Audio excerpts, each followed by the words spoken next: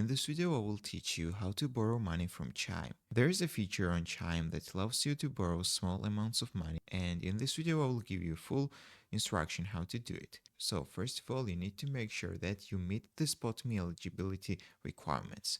To use Chime's SpotMe feature, you need to meet the following requirements: have an active Chime spending account, receive at least $200 in direct deposits within last 34 days.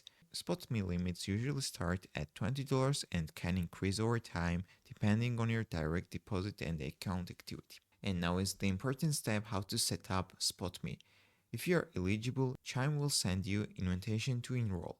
To active SpotMe, you need to open the Chime app, go to the settings section, and tap on SpotMe and follow the prompts to turn it on. When you activate your SpotMe feature, then you can use your Chime debit card to make purchases even if your account is negative. Chime will cover the account as long as it's within your SpotMe limit. For example, if your SpotMe limit is $50 and you're making a purchase that results in a $30 balance, Chime covers the $30. The amount is prepaid automatically when your next direct deposit arrives.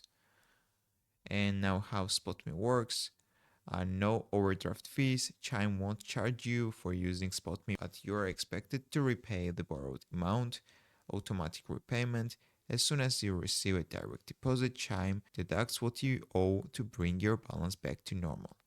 And now the important part: how to increase your SpotMe limits. Your SpotMe limit can grow over time, and there are several factors: the amount and frequency of your direct deposits, your overall account activity and spending habits, responsible use of SpotMe feature.